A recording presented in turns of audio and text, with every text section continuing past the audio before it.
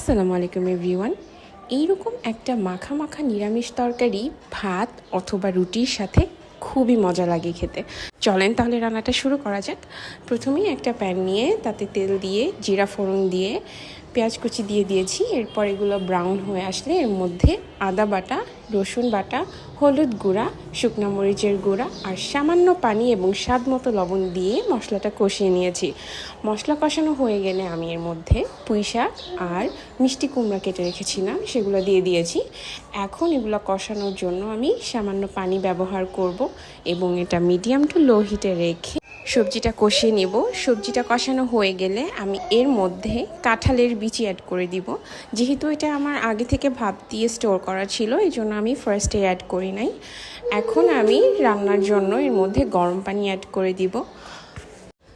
এরপর medium to low হিটে রেখে ঢেকে বাকি রান্নাটা কমপ্লিট করে নিব। আর এটা আমার বেবিও যেহেতু খাবে, তো আমি এই জন্য এখনও পর্যন্ত কাঁচামরিচ অ্যাড করিনি। আমি ওর জন্য একটু উঠিয়ে রেখে দেন কাঁচামরিচ অ্যাড করে একদম লো হিটে রেখে ঢেকে বাকি রান্নাটা কমপ্লিট করে নিব। এটা কিন্তু একদম মাখা মাখা একটা সবজি হবে।